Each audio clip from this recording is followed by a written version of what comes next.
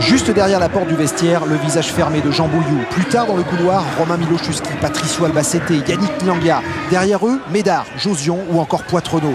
Les joueurs d'Agen n'avaient surtout pas envie d'entendre parler d'une équipe bis du Stade Toulousain. Agen d'entrée très conquérant, une énorme envie, et Alexis Balès qui prend le trou entre Albacete et Bouilloux. Rien n'est fait pour autant, mais une dernière accélération pour déborder Matanavou et Poitrenaud, et la première grosse occasion d'essai concrétisée, semble-t-il, en coin. L'arbitrage vidéo est toutefois demandé par monsieur Cloutet, ce ralenti de face qui confirme que le demi de mêlée d'Agen vient de porter l'avance de son équipe à 8-3. 8-3 car l'essai n'est pas transformé. On se retrouve quelques minutes plus tard avec Agen qui confirme son très bon début de match et ce drop réussite maximale pour Conrad Barnard. 11-3 pour les Agenais. Le Stade Toulousain en souffrance, en mêlée fermée, se refait une petite santé avec la rentrée de Celsius Johnston. À nouveau conquérante, la mêlée toulousaine avance jusqu'à mettre à la faute les Agenais. 3 nouveaux points pour Lionel Boxis. Agen mène 11-6.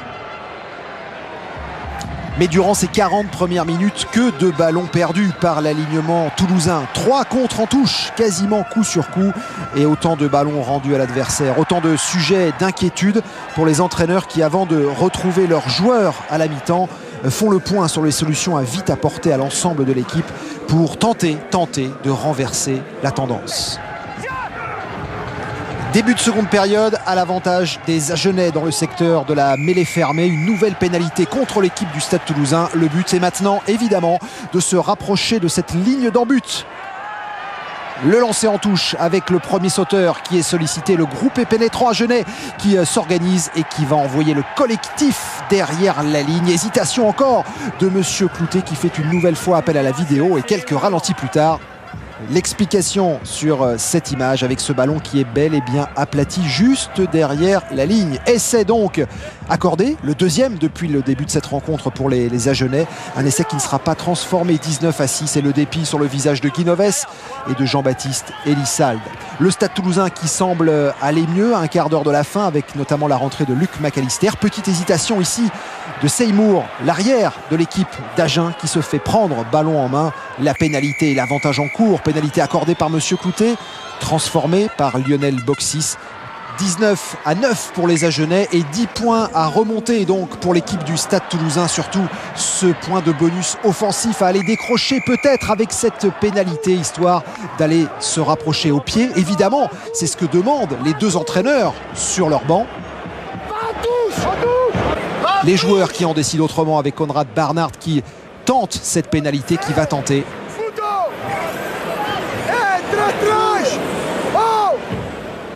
Il fallait bien comprendre Mathieu Blin, il ne voulait pas 3 points, mais surtout 3 essais. Le 3e essai du bonus, incompréhension qui va peut-être valoir cher aux Agenais. Toujours est-il que Barnard passe 3 nouveaux points. Le succès est maintenant assuré pour les Agenais. 22-9, ils ont encore une chance de décrocher le point de bonus offensif. C'est la toute dernière action, quasiment dans les arrêts de jeu. Et Tuitavaké qui se fait prendre par les Toulousiens. Monsieur Cloutet qui va siffler la fin de la rencontre sur cette action. Énorme délivrance tout de même pour l'équipe d'Agen qui, faute d'avoir su prendre ce point de bonus offensif, s'impose 22-9. La joie de tout l'encadrement, évidemment de tous les joueurs qui ont préféré travailler plutôt que de prendre des vacances. Le tout qui s'est prolongé dans le vestiaire. Oui, Isabelle, effectivement, mais les Montpelliérains étaient sans leur manager, leur druide, Fabien Galtier, qui était retenu à Paris. Et du coup, c'était Stéphane Glas et Mario Ledesma qui avaient les clés de la maison montpelliéraine. Et les Montpelliérains, ils ont joué comme d'habitude, en enflammant le stade malgré le froid. Et ils ont envoyé du jeu et provoqué des fautes Biarrot, Richard Dourte, comme ici. 10e minute, Ngonia sous la pression, faute au sol, pénalité. Oui, les Montpelliérains qui ont dominé cette première mi-temps dans la possession du ballon, mais pas tout à fait au score. Simplement, Benoît Payog ouvre celui-ci d'une belle pénalité de 40 mètres qui a lancé de bel augure cette partie. Yachvili a répliqué par 2 pénalités. Biarritz mène 6-3. Un long coup de pied de Lucas Amorosino, l'arrière argentin titularisé ce soir. Balcho dégage, mais on proteste côté Montpelliérain parce qu'il est rentré dans ses 22 mètres. Oui, logiquement, Mario Ledesma proteste puisqu'il a amené le ballon dans les 22, donc il aurait dû avoir touche dans les 22. On va voir que la conséquence va être très grave pour l'équipe de Montpellier, puisque dans l'action qui suit, Et oui, c'est la 31e minute, un contre magnifique d'Emmanuel Arinordoki en touche, une très belle passe de Yachvili, et puis derrière, eh bien ça virevolte côté Biarro. Babi pour Balcho, peut-être en avant, en tout cas le public lui le voit, l'arbitre Monsieur Lafont le voit pas. Un grand pont magnifique là encore de Jean-Pascal Barak, et c'est l'essai en contre de Biarritz. Oui, un très bel essai de Jean-Pascal Barak, un en avant flagrant entre Benoît Babi et Yann Balcho. En tout cas, le geste de Barak est très beau, un bel essai. Biarritz mène 10-6, mais c'est Montpellier qui fait le forcing à l'image de Nagoussa, bien repris par Barak, l'auteur de l'essai. Les Montpelliérains qui poussent et qui mettent à la faute les Biarros. Faute grossière d'Aled Brou, l'ailier gallois de Biarritz. Monsieur Lafont n'hésite pas, carton jaune. Il reste 2 minutes dans cette première période, et donc Biarritz se retrouve à 14 contre 15. Conséquence importante, puisque mêlé à 5 mètres, le côté gauche de Brou, qui est ailier gauche donc, est déplumé, dépeuplé, et Payog plutôt intelligemment, plutôt finement, comme un demi-mêlée en filou, il marque l'essai tout seul. Un demi de mêlée de grosse expérience, Benoît Payog, qui a vu Emmanuel Arinordoki anticiper sur la droite, il s'est échappé du côté gauche et marque cet essai.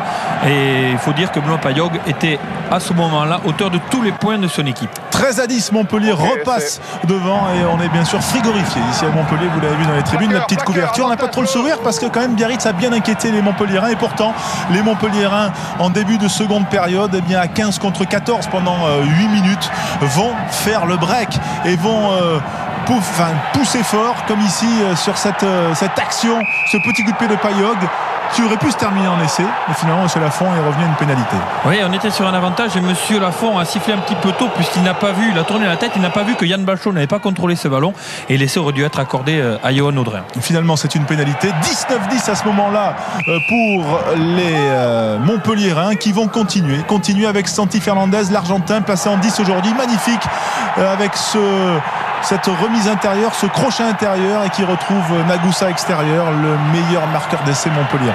Ouais, très bonne charnière aujourd'hui, que ce soit Payog ou Fernandez, ils ont été à la manœuvre, cette équipe montpelliéraine, et la barque de Montpellier a flotté au-dessus du Biarritz Olympique aujourd'hui, et Nagoussa n'a plus qu'à courir et finir cette action. 6e essai pour Nagoussa cette saison, le Fidjien.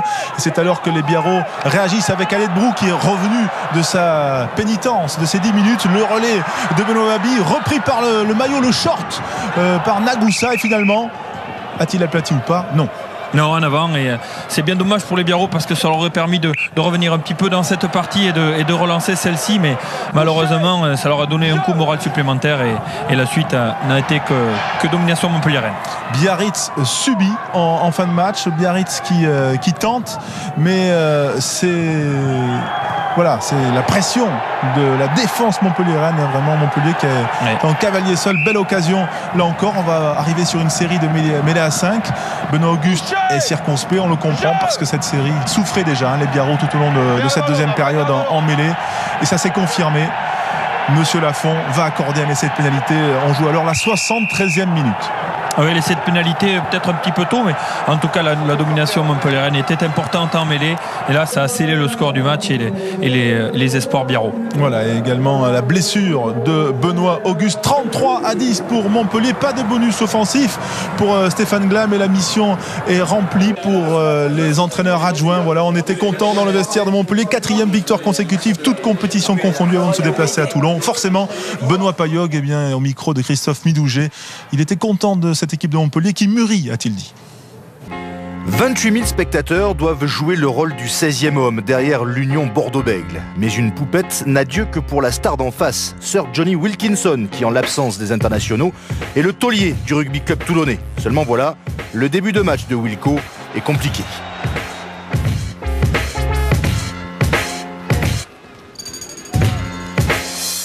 En revanche, pour l'ouvreur local, Camille Lopez, tout va bien. Il passe 2 pénalités et Bordeaux mène 6-0 après 23 minutes. Pierre Mignoni, lui, a déjà compris qu'il pourrait avoir mal à la tête au cours de l'après-midi. Surtout que les Béglés dominent une équipe de Toulon apathique, brouillonne et parfois déconcentrée. Oh, la combinaison qu'on avait déjà vue avec Kenny Adams, c'est maintenant AVI en un contre un, l'essai peut-être, oui, il a marqué en 2 temps. On va faire appel à la vidéo, mais il semblerait bien que Bordeaux ait trouvé la faille. À la vidéo, l'essai est accordé et les Bordelais mènent 13-0.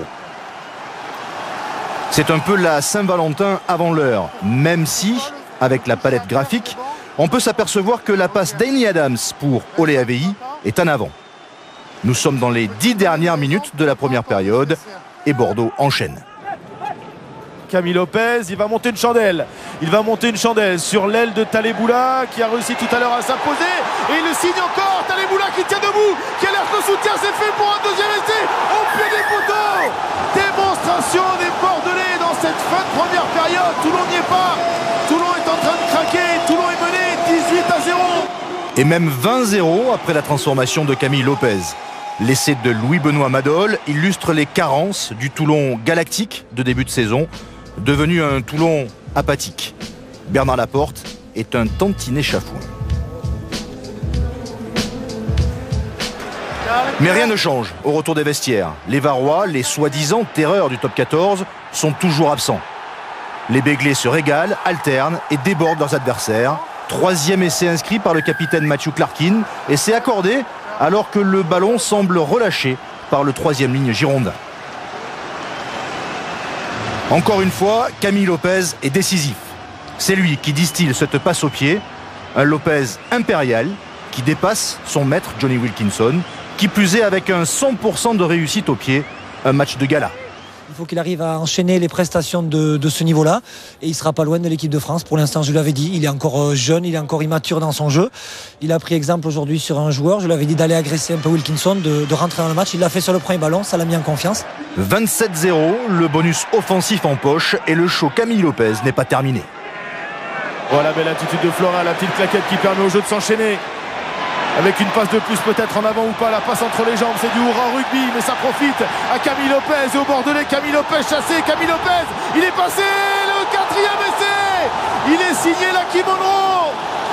Incroyable, incroyable Bordelais qui sont en train d'étouffer, d'exploser le leader du top 14.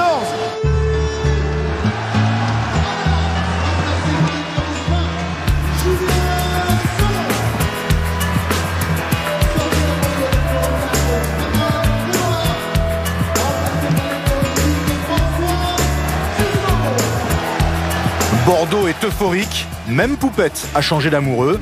4 essais à 0, l'incroyable devient alors irréel. Serron qui relance avec Tissot. Percussion de François Tissot, ballon libéré. Le relais de Forbes. Quelques mètres seulement, un ballon disponible.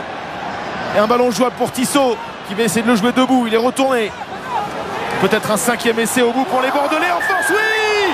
Oh, l'essai en force qui va permettre aux Bordelais. Le Racing est en train de se frayer un chemin vers les phases finales. Mais devant les Franciliens, 8e au classement, se dressait un obstacle de taille. Verne Cotter et les Clermontois étaient là pour oublier leur déconvenue à Perpignan il y a 15 jours. Mais le froid, la pluie ont raison de la qualité de jeu en début de match. Les équipes font alors parler leur buteur. Une pénalité pour Brock James et les Jaunards.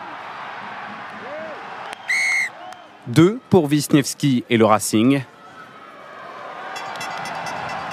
6-3 pour les Franciliens à la pause. En deuxième période, James va égaliser, mais à l'heure de jeu, il manque l'occasion de donner l'avantage aux Clermontois. Privé de 9 internationaux contre 5 pour le Racing, Clermont subit dans le jeu et se trouve pénalisé encore à 2 reprises. 2 coups de pied parfaits de Jonathan Wisniewski et les Franciliens remportent une 4e victoire consécutive en championnat. Score final 12-6. L'ASM doit quant à elle se contenter du bonus défensif. On est